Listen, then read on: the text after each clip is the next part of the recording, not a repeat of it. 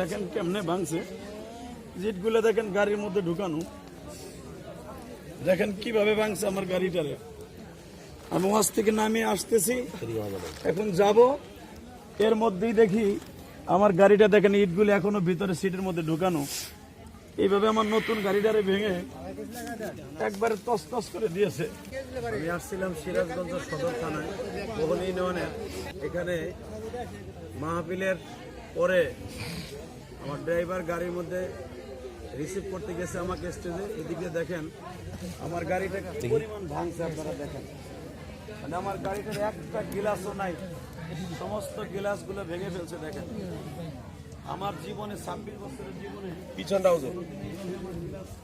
গাড়িটা আঘাত করে দেখেন চারোটা গ্লাস একবারে ভেঙে ফেলেছে।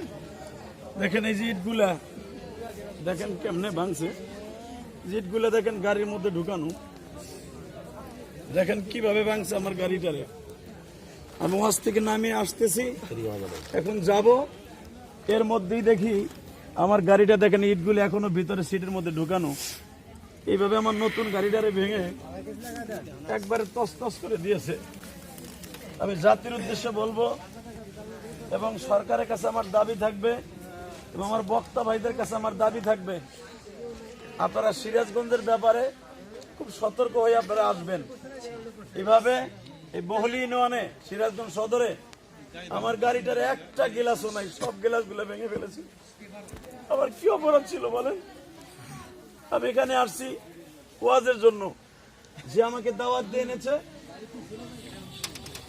সে আমাকে আসলে দুপুরে আমি বুঝতে পারছি ওনার কথার দ্বারা, উনি আমার সাথে অনেক কথা বলেছে, আমার ড্রাইভারের সাথে অনেক কথা বলেছে এবং উনি শুরুতেই বলেছে যে গাড়ির কাছে আপনারা লোক রাখেন।